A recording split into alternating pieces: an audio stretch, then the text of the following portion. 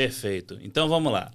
O papo aqui hoje seria para pelo menos 5 horas, né? Tá Pena que o senhor não tem essa Não, mas disponibilidade a gente toda. dá um jeito. Mas vamos lá. O que acontece também? Uma grita que é linear hoje no mercado é o seguinte: o Brasil, de longe, é um dos países que mais sacrifica as suas empresas. E a média hoje de mortalidade empresarial no Brasil é gigantesca. Ao mesmo tempo que todo mundo sabe que no Brasil existe regulação demais, existe lei demais, obrigações demais, e a gente sempre se questiona onde estão as instituições de classe para buscar uma interlocução maior a essa realidade. Vou te dar um exemplo, tá? Para se montar hoje uma empresa simples, uma agência de viagens, a gente precisa pagar, por exemplo, uma taxa de letreiro que em municípios, Magé, por exemplo, chega a cobrar R$ 2.000 por um letreiro anual. Então, assim, como que um país se desenvolve, gera emprego, gera arrecadação, sacrificando, matando a galinha dos ovos de ouro? E muitos se questionam, cadê o CRA, cadê as associações de classe nessas discussões? Eu queria que o senhor falasse para nós sobre isso. Veja bem, o que nós estamos falando aqui é que está se exigindo dos conselhos um papel de uma outra instância do processo da representação do Brasil que não funciona, que são os partidos políticos. O que você está me dizendo é que tudo isso precisa ser resolvido no processo dos partidos políticos. Isso não é o papel do Conselho. O Conselho deve dar subsídios, tá certo? E sustentação aos partidos, os agentes políticos, para que eles possam melhorar essas relações. Mas não é isso que funciona. Quer dizer, o papel do Conselho é registro profissional, exercício, portanto, da atividade profissional de pessoa física e jurídica, ele é a fiscalização do exercício profissional e o código de ética. Quando você coloca a questão política, você está contaminando os conselhos como se eles fossem partidos políticos. Isso gera distorções. Por quê? Porque quem funciona são os partidos políticos.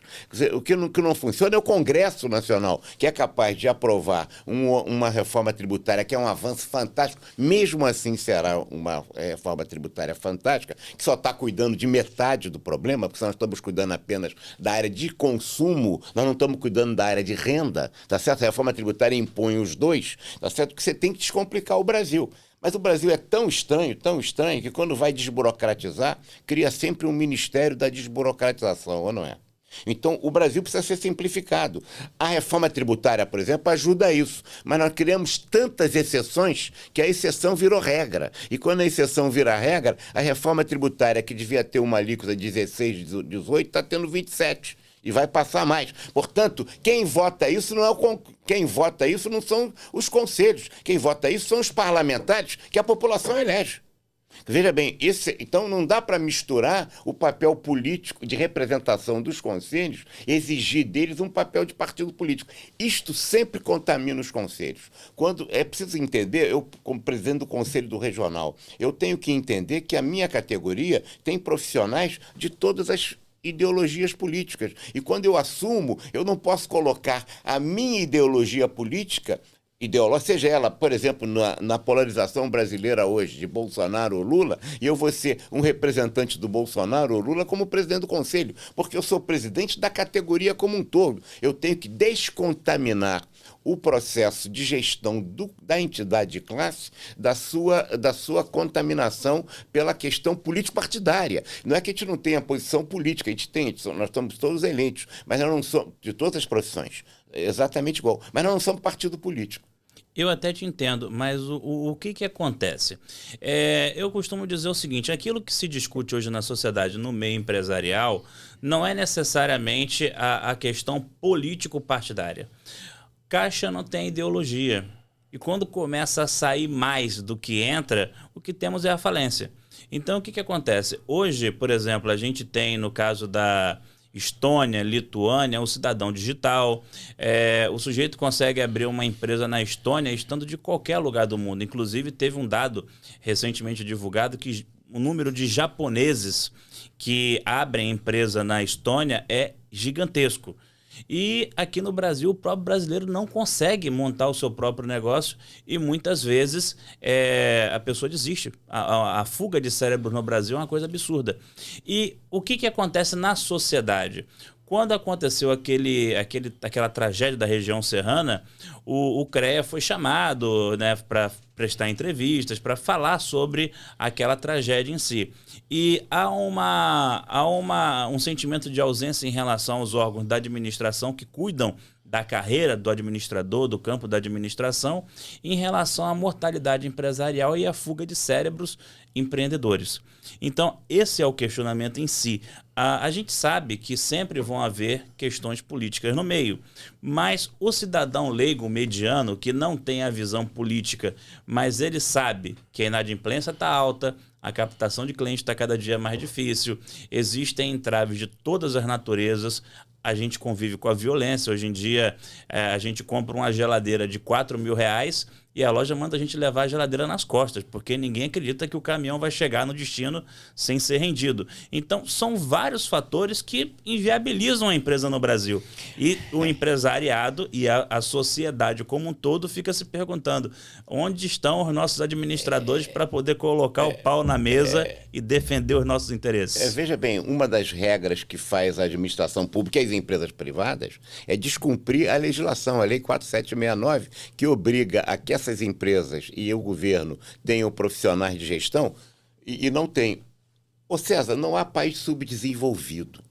E o Brasil é um país hoje com bastante processo de subdesenvolvimento. Há país subadministrado.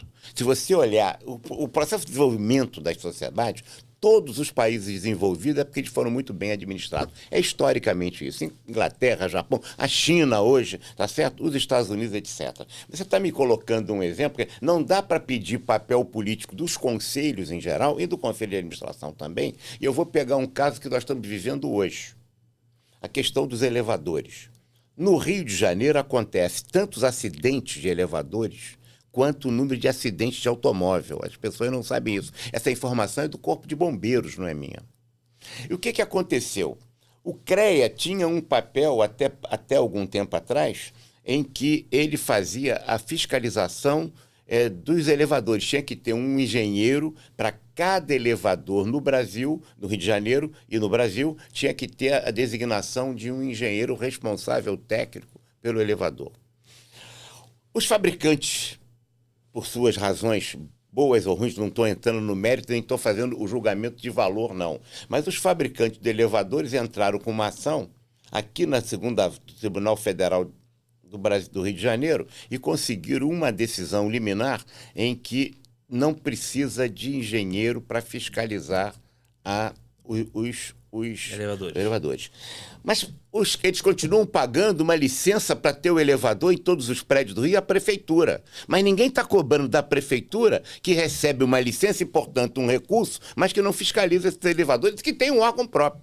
É o GEM. Que é o GEM, tá certo? Então, cadê o GEM? Estão cobrando do CREA, foram cobrar, a imprensa, inclusive, foi cobrar do CREA, mas que não pode cobrar, que não pode fazer essa fiscalização por falta de exercício, por uma decisão liminar da Justiça. Sabe de quando é essa decisão?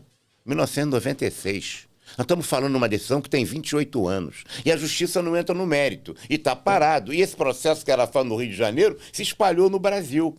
Aí você diz, mas isso é caso só de engenheiro? Não, os arquitetos também têm essa responsabilidade. Mas é caso só de engenheiro e de coisa? Não, é do administrador também. Porque quando o síndico, que é registrado, o síndico profissional, não o síndico leigo, né? Mas o síndico profissional não é registrado no conselho e não coloca uma gestão profissional dentro dos elevadores, ele está permitindo que esses acidentes aumentem. Isso é com o conselho de administração. E quando tem um acidente, ou é com a enfermeira, mas certamente é com o médico também. Então nós estamos falando num problema de elevador, que está todo dia aí, e que não se cobra não se cobra ao poder público, mas se cobram dos conselhos, que envolve o Conselho de Engenharia, o CAL, o Conselho de Arquitetura, o Conselho de Administração pela gestão dos condomínios e prédios, né? E também o Conselho de Medicina quando tem acidente e morre muita gente com isso.